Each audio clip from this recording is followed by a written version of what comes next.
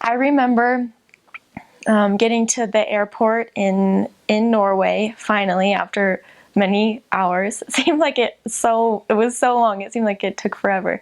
I remember finally getting there and I was just pumped. I was so excited.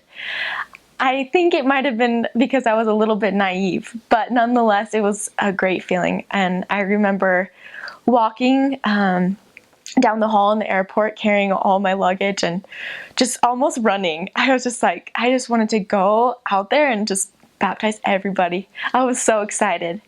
I remember once we walked for a while, we did meet the mission president and his wife, and they welcomed us, and we had to do something with paperwork. I don't really remember. I think I was too excited to focus on what was happening. But I remember going outside, and it was really cold and dark.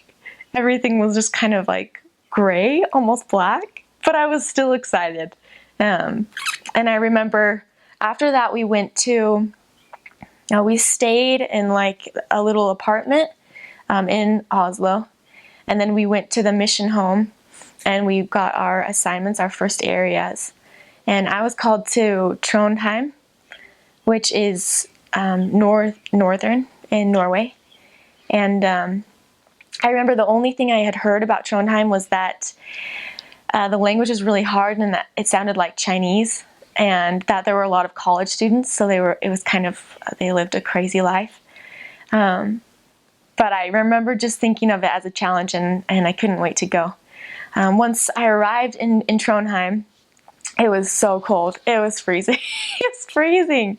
But I remember being with my trainer, and right when we got in the car, I was like, okay, let's go out on the street. I want to talk to people right now. I don't know why I was so excited, because I'm pretty sure I couldn't speak Norwegian correctly at all. But eventually my trainer was like, okay, calm down. We'll go outside now. So we go outside, and I think I scared people a little bit because I just had so much energy, and it had finally come. My mission was finally really happening. And yeah, I remember everybody I talked to, they would smile and kind of laugh a little bit.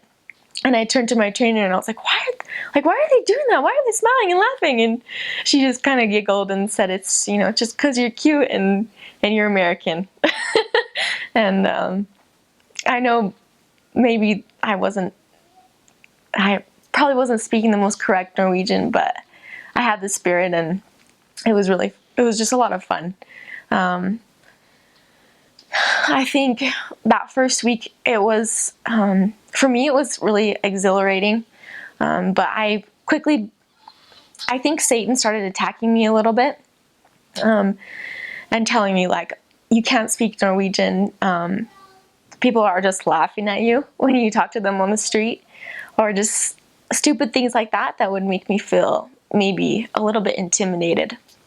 So that first week, although that initial day of being in Trondheim was, just so great, and I had so much energy, quickly I just kind of got a smack to the face. And I was really humbled, realizing that I couldn't do it on my own. It was going to take a lot more. Yeah, a missionary can't do missionary work on their own. That's not how it works. Really, what a missionary is just a vessel or a tool that Heavenly Father and Jesus Christ, they use us to reach people who need to hear about the gospel. And that's with learning the language is a huge thing for Norwegian missionaries, because Norwegian is not easy. It's very different. But it's also for having confidence. I think as a sister missionary, just as a girl in general, I think we struggle a lot with feeling confident that we can do hard things, that we're strong. But when we let our ambitions go and we just let the Lord take over, that's when we become really strong, and that's when self-confidence becomes real. That's when you're able to talk to people on the street. That's when you're able to really learn Norwegian. That's when you're able to be a missionary. Talking to people on the street, it was hard. You can put on a happy face and smile and be really friendly, and sometimes people are just going to shut you down over and over and over again. Sometimes there'll be full days where nobody listens to you, but it's still worth it. And I know that missionaries are still making a difference, even if nobody pays attention. It doesn't matter. There's something special about just being there and fighting for the right cause. It was a lot different because in Norway, when you see somebody on the street, you can't say, "Hi, how are you doing?" You can't say that. It's considered offensive to ask them how they're doing. It's too personal. So we had to be really creative, formal, creative, really friendly, but respectful.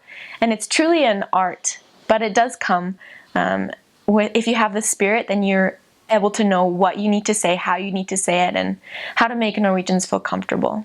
It's so vital. I think besides just being your compass and your guide telling you what to do, it's what's going to keep you happy, because there are times when you're going to get really sad, especially when it's really dark and cold, which happens in Norway. The spirit is really what gives you that confidence, like I talked about before. It's so specific. At times it'll be so clear who you need to talk to and exactly what you need to say. And it's just absolutely vital to missionary work. It's how it all functions.